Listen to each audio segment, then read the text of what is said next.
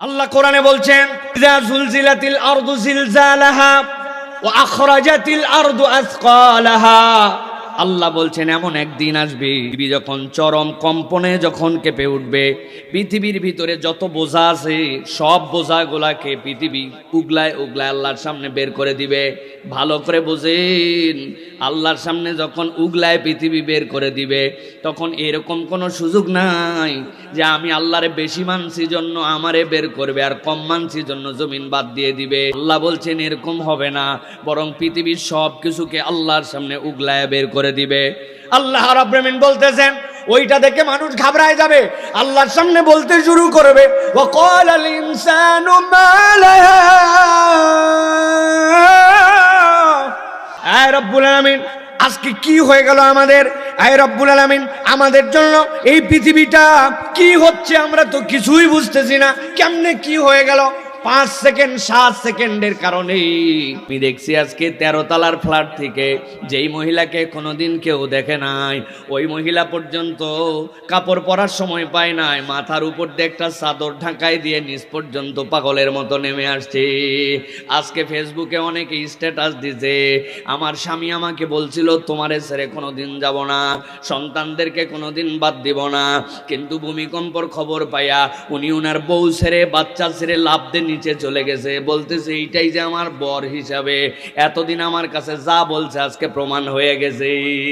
আল্লাহ বলছেন ও দুনিয়ার মানুষ, আমি রব্বুল আমিন তো তোমাকে অনেক আগেই বলে রাখছি ইয়াউমা ইয়াফিরুল মারউ মিন আখিহি ওয়া উম্মিহি ওয়া আবিহি ওয়া সাহিবাতি ওয়া বানি। তোমার আত্মীয় স্বজন ওই দিন তোমাকে চিনবে না, দিবসটা এমন ভয়াবহ হবে। আল্লাহর সামনে যখন তুমি হাজির হবে, আল্লাহ রাব্বুল বলছেন ইয়াউমা ইযিন তুহাদ্দিসু আখবারাহা। দুনিয়ার বুকে তুমি কি করেছিলে না করেছিলে সব খবর তোমার কাছে ওই দিন হাজির হয়ে যাবে। বাড়ির থেকে বের হওয়ার সময় বলে আসছিলে মা আমি ওয়াজের জন্য যাচ্ছি, মাহফিলের দিকে একবারও ফিরেও তাকায় নাই। 5-7 বন্ধু মিলে চিন্তা করছে আজকে আর ধরার কেউ নাই, আব্বাও নাই বাড়িতে, আম্মাও নাই বাড়িতে। উনি আলের মধ্যে নেমে যাইয়া সুন্দর করে উনি আছে ভাই আছে। আবার ওর একটা খাটাস বন্ধু ছিল, ওই বন্ধু বলছে দোস্ত সব দিনে এক আইটেম টানলে হয় না, আজকে ভিন্ন আইটেম। কি আইটেম? বলছে ভিতরের থেকে তুই খালি মাল ফেলায় রেডি থাক, আমি আসতেছি। কোত্থেকে জানি পুরিয়া নিয়ে আসছি, আসার পরে কুচকুচ করে কাইটে কাইটে ভিতরে ঢুকাইছে, ঢুকায় বলছে বা টাইনে দেখ। এক টানেতে যেমন তেমন, 2 টানেতে রাজা। রানাগাছি অঞ্চলে, রানাগাছা অঞ্চলে উহার নাম। বাবা সবাই জানে দেখি। আমার আল্লাহ রাব্বুল আমিন বলছেন ইয়াউমা ইযিন তুহাদ্দিসু আখবারাহা। এই দিন হয়তো তোমারে কেউ খবর লাগাইতে পারে নাই, তোমার এই খবরটা হয়তো কেউ জানে না, কিন্তু আল্লাহ বলছেন একদিন আল্লাহর সামনে দাঁড়ানোর পরে সব হিসাব বরাবর হয়ে যাবে। আল্লাহ বলতেছেন বিআন্না রাব্বাকা আওহালাহা ইয়াউমা ইযিন ইয়াসদুরুন নাসু আশতাতাল লিউরাউ আ'মালাহু। আল্লাহ বলতেছেন ওই দিন যাওয়ার পরে সব মানুষ তার সামনে হাজির হয়ে যাবে। আল্লাহ বলতেছেন জামুলনামা সবগুলো আল্লাহ সেদিন দেখায় দিবেন। আল্লাহ বলতেছেন বাঁচার কোনো উপায় থাকবে না। ফামাইয়া আমাল মিসকালা যাররাতিন খায়রান ইয়ারা ওয়া মাইয়া আমাল মিসকালা যাররাতিন শাররান ইয়ারা। একটা যাররা বলা হয় একটা সরিষার দানাকে যদি অনেক খণ্ডে বিভক্ত করা হয়, যে ছোট্ট টুকরাটুকু। ফজরের সময় এই শীতের রাত্রে সারা রাত কুয়াশা পড়ছে, সকাল 8টার দিকে চনমনে রোদ উঠে গেছে। আপনার টিনের বাড়ি যদি হয়, বাড়ির হয়তো টিনের উপরের পালে 2-1টা ফুটা আছে দেখবেন, ওই ফুটা দিয়ে সূর্যটা ঢুকছে, ঢুকার পরে যখন নিচের দিকে আসছে পুরা ঘর অন্ধকার। সূর্যের আলো ঢোকার পরে পুরাটাতে দেখা যায় মিনমিন মিনমিন করে ধুলা উঠতেছে, কোটি কোটি কোটি কোটি ধুলি কণা ওরে। দেখছেন কিনা? বাহ্যিক চোখে দেখা যায় না, কিন্তু ওই সময় দেখা যায় ওই রকম একটা ছোট্ট ধূলিকণা, ওইটাকে যাররা বলা হয়। আল্লাহ বলছেন ফামাইয়া আমাল মিসকালা যাররাতিন খায়রান ইয়ারা ওয়া মাইয়া আমাল মিসকালা যাররাতিন শাররান ইয়ারা। ও বান্দা তুই যাররা পরিমাণ ভালো করলে সেটাও আল্লাহর কাছে যাবে, যাররা পরিমাণ খারাপ করলে সেটার হিসাবও আল্লাহর কাছে যাবে, ঠিক কি না? তাহলে আপনার সামনে এত বড় অপরচুনিটি, আপনার সামনে এত বড় আয়োজন, আপনার জন্য এত বড় আল্লাহর পক্ষ থেকে পয়গাম দেওয়া হলো, আপনি যদি এইটাকে অবহেলা করেন, এইটাকে দাম না দেন, আর মনে করেন আমার একখান মোবাইল আছে আর বোধহয় কারো মোবাইল নাই, উনার বোধহয় 4G আছে আর ব্যাপক পরিমাণ ইন্টারনেট আছে, আর বোধহয় এখানে স্মার্টফোনওয়ালা কেউ নাই, এদের যারা বসে আছে এদের কোনো কাম নাই, কাজ নাই, আবার এরা কিছু জানেও না, এই জন্য এরা জানার জন্য বসছে। তো জানা জানছি, আমার আর আসার দরকার নাই।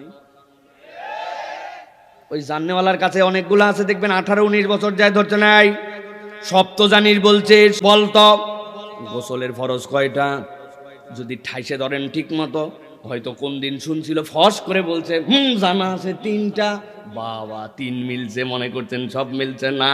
এরপরে বলছেন গোসল তো বিয়ে না করলেও অ্যাডাল্ট হওয়ার পরে ফরজ হতে পারে, এখন বলতো এই 3টা ফরজ কি, বলছে বেশি ভাব নিস না, বদনা, লুঙ্গি, গামছা।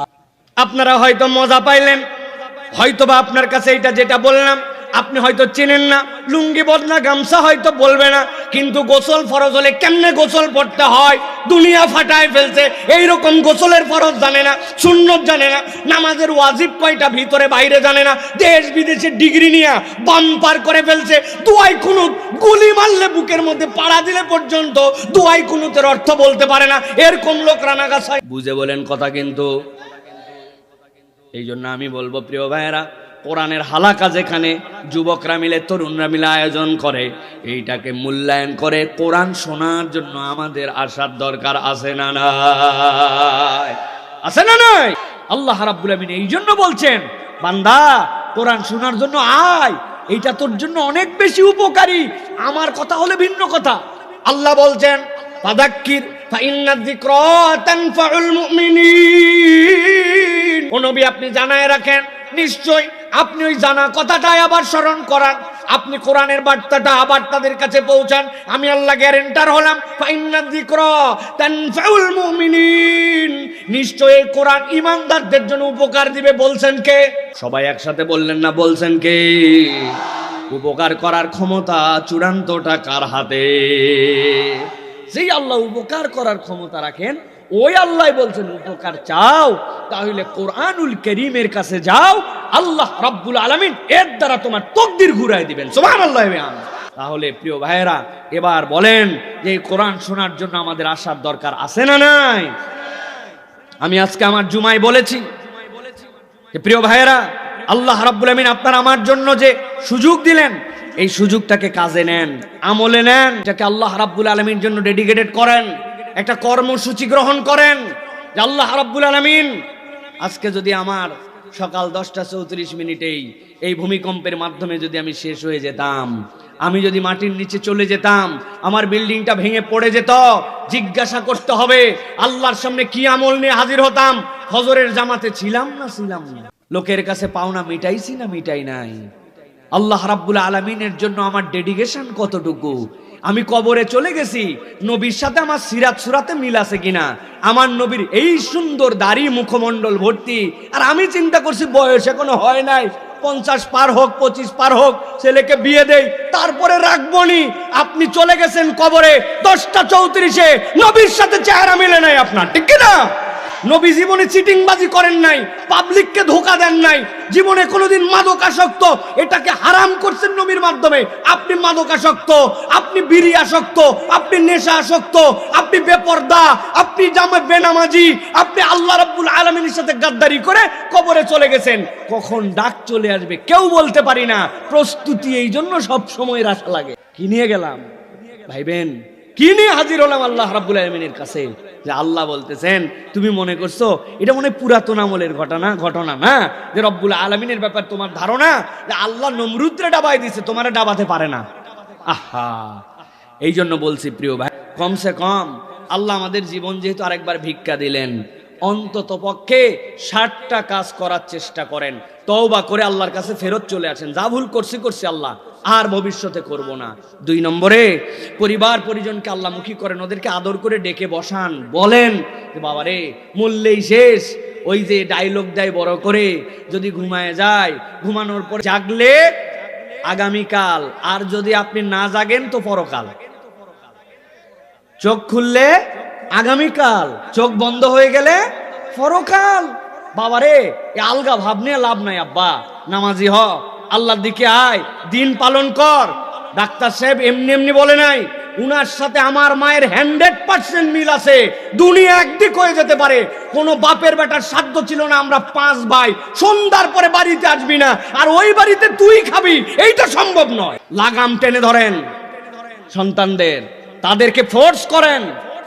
3 নম্বরে প্রিয় ভাইরা, সদা ইস্তেগফারের হালতে চলে যান। আল্লাহর কাছে একটা ইস্তেগফারের মুডে থাকেন আপনি, আল্লাহ ভুল তো আমারই হয়, কিন্তু তোমার কাছে আমি ইস্তেগফার করি আল্লাহ। ইস্তেগফার মানে এরকম না, ইস্তেগফার মানে ঠোঁটের সরি না, হৃদয় থেকে সরি হন। 4 নম্বরে আল্লাহর জন্য কিছু দান সাদাকা করেন। আল্লাহ তুমি আমার কত আত্মীয় স্বজন ঢাকা অমুক তমুক এখানে সেখানে, তুমি চাইলে ওই আফগানিস্তানের মতো জায়গাতে, ওই তুরস্কের মতো জায়গাতে আমাদের থেকে আর কয়েক মাত্রা কম বেশি ভূমিকম্প হয়ে গ্রাম এমন ভাবে মাটির নিচে চলে গেছে, কবর দেওয়ার জন্য লোক খুঁজে পাওয়া যায় নাই, 2-2.5 হাজার মানুষ হারায় গেছে। আমাদের দেশে যত মানুষ, আল্লাহ ঢাকার মধ্যে কয় কি কি আমরা চেষ্টা করব।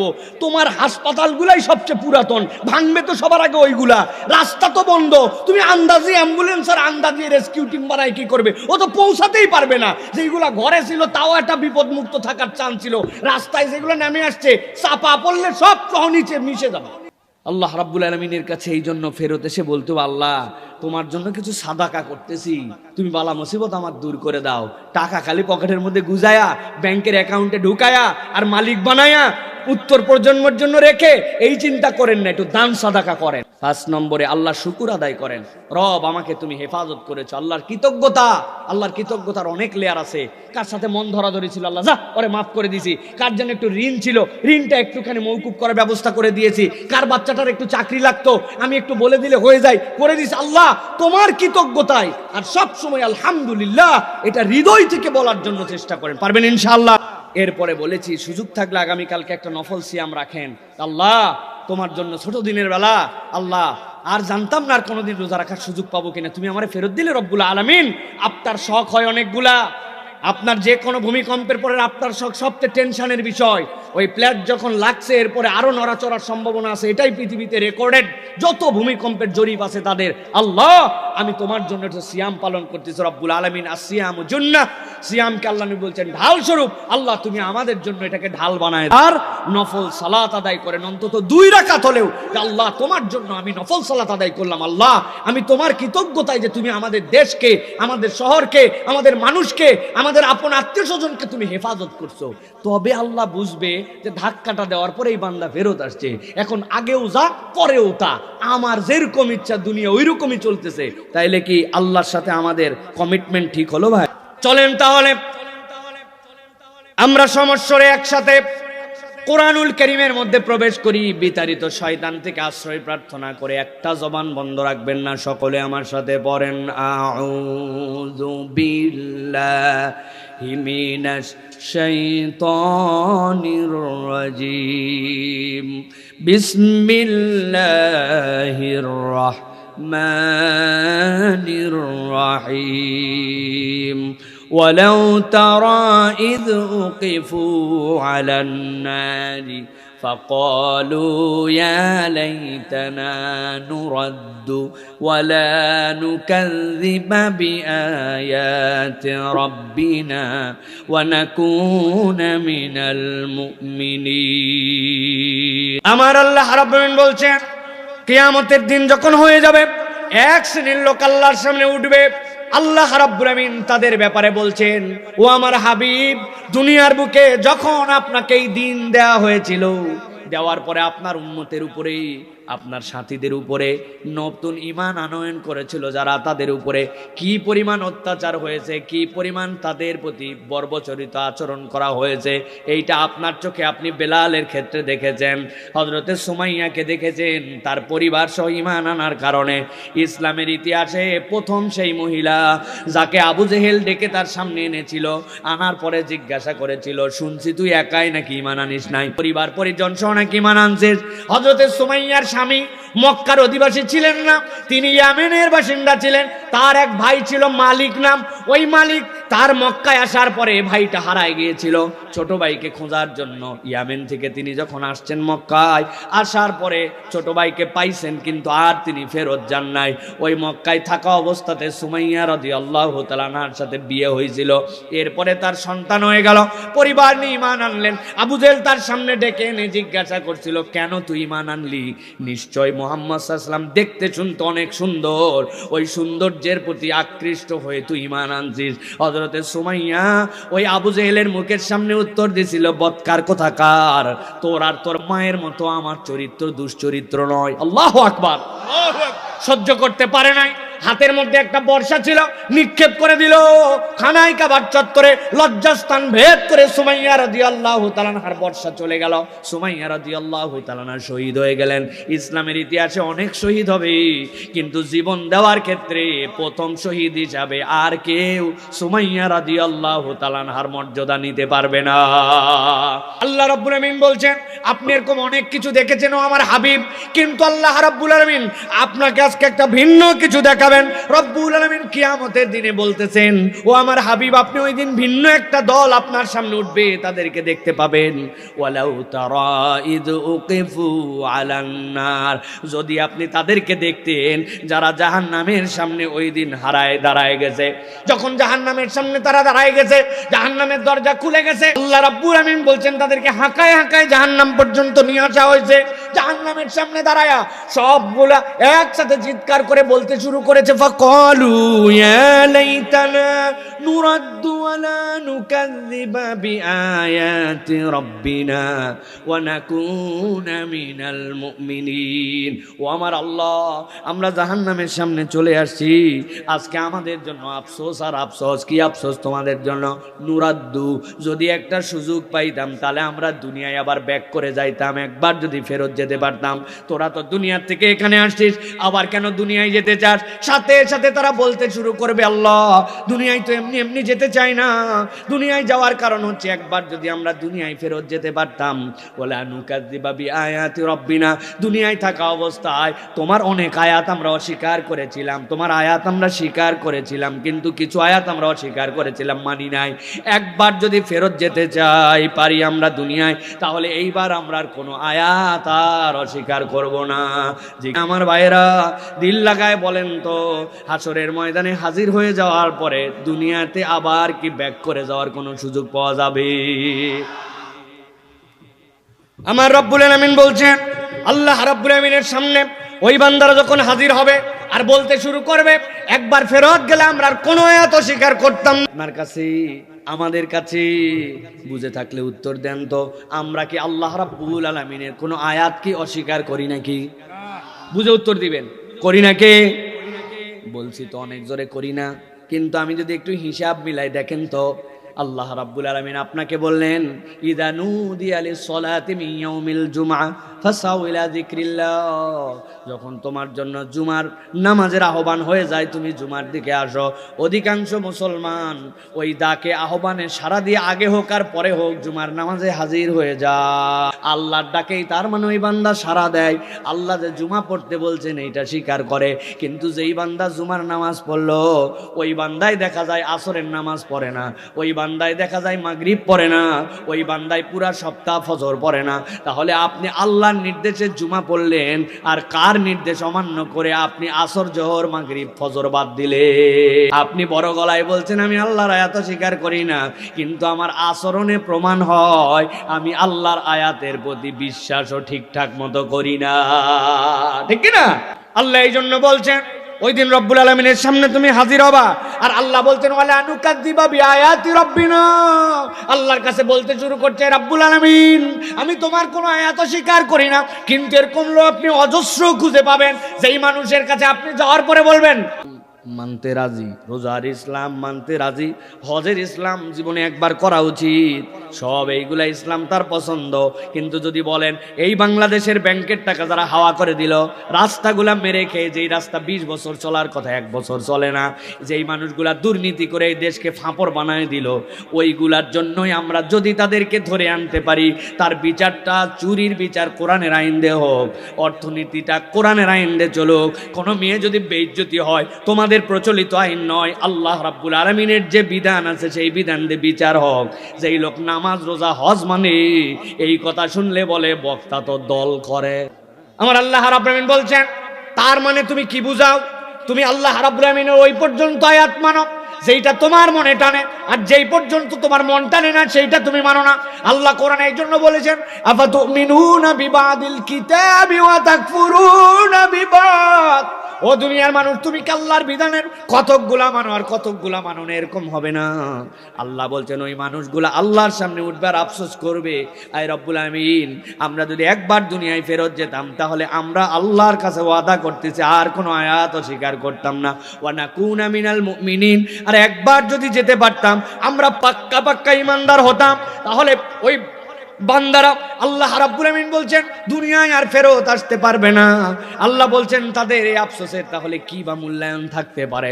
আল্লাহ বলছেন এই জন্য ওই ব্যক্তিরা চিৎকার করে বলতে শুরু করবে, রব্বানা বসরনা ওয়া সামি'না ফারজি'না না'মাল সালিহান ইন্না মুকিনুন। রব্বুল আমিন, আজকে তোমার আযাব দেখে ফেলছি, আজকে জাহান্নাম দেখে ফেলছি। হুজুররা এতদিন যা বলছিল আমাদের গায়ের মধ্যে একটুকু বাদে নাই, আজকে সব প্রমাণ পেয়ে গেছি।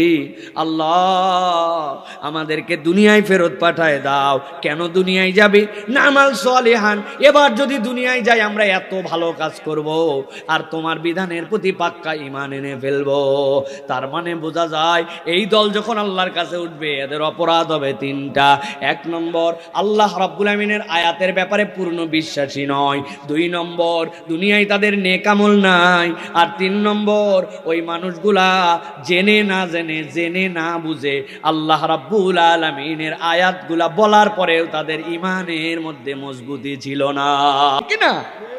ও দেখছে 5 সেকেন্ডের ভূমিকম্পে বিল্ডিং পড়ে গেল, নড়ে গেল, আর আল্লাহ বলল ইজা জুলজিলাতিল আরদু জিলজালাহা, ওর মনের মধ্যে এটা এফেক্ট পড়ে না। এরকম মুসলমান আছে না ভাই? আল্লাহ বলছে তুই হারাম খাইস না বান্দা, তুই মদ খাইস না, তুই মাদকতা গ্রহণ করিস না। ও ভূমিকম্প দেখলো, আল্লাহর সূর্য দেখলো, সব বিশ্বাস তার আসলো, কিন্তু এইখান থেকে সে বের হতে পারলো না। আল্লাহর নির্দেশ তার মধ্যে ফিল করে না। আল্লাহ বলছেন ওই দল আল্লাহর সামনে উঠে ওই দিন আফসোস আর আফসোস করবে।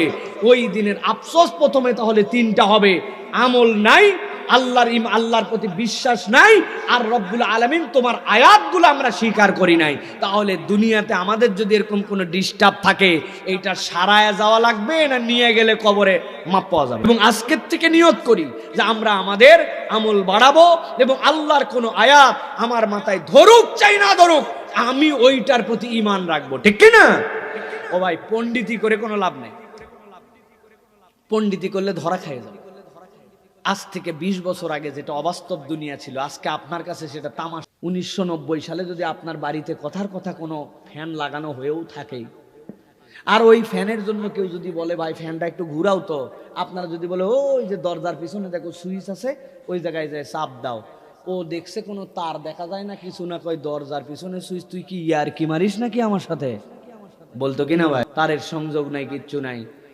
ওইটা 1990 হয়তো হতে পারতো, কিন্তু 2025 সালে যদি কোনো তার বাহির দিয়ে যায় আর ওই বাড়িতে যায়, বলবেন হাই হাই মিস্ত্রি না কি রে, বাড়িটার সৌন্দর্যই নষ্ট করে ফেলছে, সব উপর দিয়ে দিছে।